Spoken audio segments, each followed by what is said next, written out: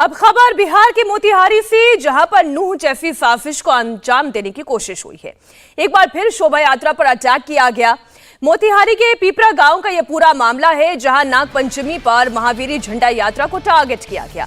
कुछ उपद्रवियों ने अचानक शोभा यात्रा पर पथराव करना शुरू कर दिया और देखते ही देखते पूरा इलाका जंग के मैदान में तब्दील हो गया। मोतिहारी की पीपरा गांव की ये तस्वीरें आप देख रहे हैं, जहां पर दो गुट के बीच में जमकर बवाल हुआ है। इस अटैक में 6 से ज्यादा लोगों के घायल होने की खबर है। एक पुलिसकर्मी जो इस शोभा यात्रा की सुरक्षा के लिए वहां पर मौजूद था, उसे भी चोट आई है।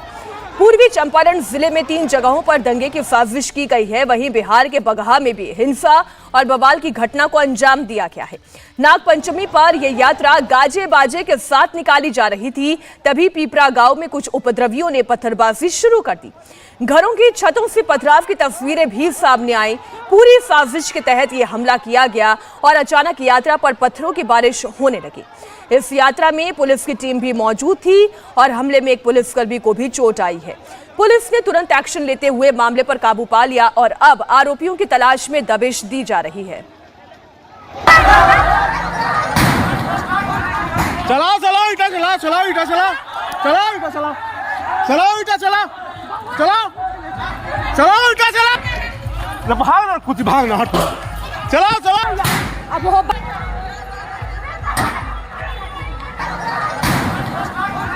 चलाओ चलाओ इटा चला, चलाओ इटा चला, चलाओ इटा चला। आपको बवाल के दौरान की तमाम तस्वीरें दिखाते हैं। अचानक हुए हमले के बाद आप देखिए कैसे ईंट पत्थर चलने लगे। चलाओ ईंट चलाओ, पत्थर चलाओ, ऐसी बातें भी इस वीडियो में आपको साफ सुनाई देगी। जरा आप देखिए इस वीडियो को और गौर से सुनिए।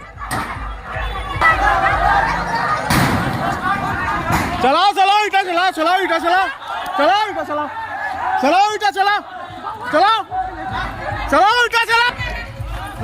इस दौरान जेडीयू प्रवक्ता नीरज कुमार ने हिंसा पर एक्शन की बजाय राजनीतिक आरोप प्रत्यारोप लगाने शुरू कर दिए और पूरे मामले को राजनीतिक रंग दिया। बगहा नगर परिषद में धार्मिक उन्माद की घटना हुई है। स्थिति पूर्णतः नियंत्रण में है और महत्वपूर्ण विषय यह है कि जिस ढंग से राजनीति में रहने वाले लोग उन्मादी बयान देते हैं और जब उन्माद की भेंट चढ़ जाता है कोई नौजवान, तो उसके जमानतदार भी ये नहीं बनते, उसकी ज़िंदगी बर्बाद कर देते हैं। तो ऐसे लोगों के उत्तेजक बयान से भी समाज में उत्तेजना फैलती है। प्रशासन पूरी मुस्तैदी के साथ उन तमाम तथ्यों का, चूँकि नागपंचमी का अवसर था, तो ऐसा दुखद घटना हुई है, उन्माद की घटना हुई है, उसको पूर्णतः नियंत्रित कर लिया गया है। इस वक्त हमारे साथ हमारे संवाददाता नीतीश चंद्र जुड़ गए हैं। नीतीश, एक बात बताएं, इस मामले को भले ही राजनीतिक रंग देने की कोशिश की जा रही हो, लेकिन हकीकत ये कुछ और नजर आ रही है। यहाँ पर शोभा यात्रा को टारगेट करके पथराव किया गया। पथराव करने वाले आखिर है कौन, जिनके मन में पुलिस का भी खौफ नहीं है?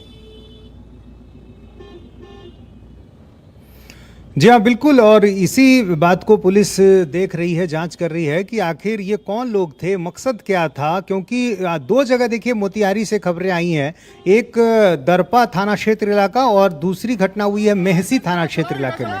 और दोनों घटना में समानता ये है कि दोनों घटनाओं में जो जुलूस जा रहा था महावीरी झंडा लेकर, उस पर पथराव किया गया और उस पथराव की कोई वजह भी अभी तक सामने नहीं आई है कि आखिर ऐसा क्या हुआ कि पथराव होने लगा। हमने वहाँ के पुलिस अधिकारियों से बात की, उन लोगों ने कहा कि जो रूट हम लोगों ने तय किया था उसी रूट से शोभा यात्रा जा रही थी। यानी ऐसा भी नहीं था कि यात्रा किसी दूसरे रास्ते जा रही थी जहाँ समुदाय विशेष के लोग रहते हैं। जो रास्ता था पहले से तय था, उसी रास्ते से जब शोभा यात्रा जा रही थी।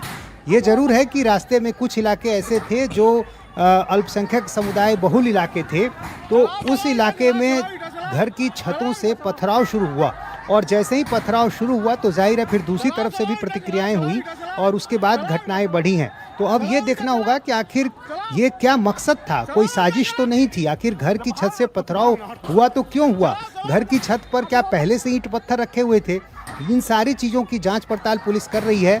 एफआईआर भी दर्ज होगी। अभी एफआईआर दर्ज नहीं हुई है। वहाँ के अधिकारियों ने कहा है कि हम लोग वीडियो फुटेज भी देख रहे हैं कि आखिर इस पूरी घटना में कौन लोग शामिल थे। तो फिलहाल जो स्थिति है वो सामान्य जरूर है, लेकिन कल जिस तरह से ये घटना हुई है उसको लेकर कई सवाल जरूर खड़े हो रहे हैं कि जब महावीरी झंडा हर साल निकलता है, पुलिस को इसकी जानकारी होती है, पुलिसकर्मियों की तैनाती थी, उसके बाद भी यदि ऐसी घटना ठीक है, आप हो रहे गई है, हमारे तो साथ फिर- नीतीश। इस वक्त बिहार बीजेपी अध्यक्ष सम्राट चौधरी हमारे साथ जुड़ गए हैं। सम्राट जी, ये तस्वीरें आपने भी देखी होगी, ये हो क्या रहा है?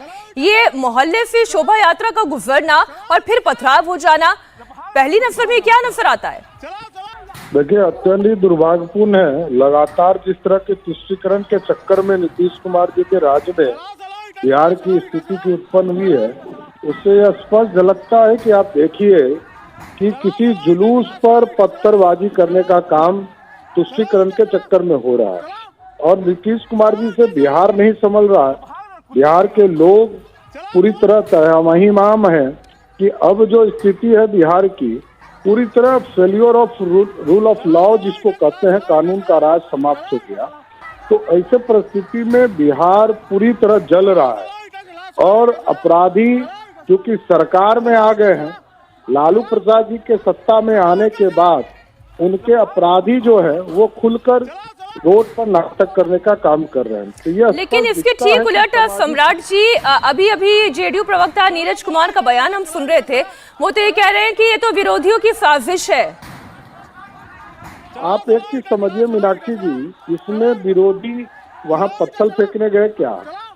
समाज के लोग नाग पंचमी के दिन जुलूस निकालने का काम करते हैं, पर्व त्योहार में सनातन के लोग जुलूस निकालने का काम करते हैं, पत्थर फेंकने का काम नहीं करते। देश के लोग जानते हैं कि पत्थर फेंकने का काम कौन करता है और बिहार में भी वही स्थिति है। पत्थर फेंकने का काम कौन कर रहा है ये सभी लोग जान रहे हैं और आज बिहार की स्थिति यही है कि नीतीश कुमार जी से बिहार नहीं संभल रहा है। बहुत शुक्रिया सम्राट चौधरी हमारे साथ जुड़े। उन्होंने आरोप लगाया बिहार के मुख्यमंत्री पर, उनसे इस वक्त बिहार नहीं संभल रहा है, यानी नीतीश कुमार अपना राज्य नहीं संभाल पा रहे हैं। चलाओ चलाओ इटा चलाओ, चलाओ इटा चलाओ। इंडिया टीवी हर वक्त हर जगह डाउनलोड करने के लिए सर्च करें India TV news Google play store या ऐप स्टोर पर।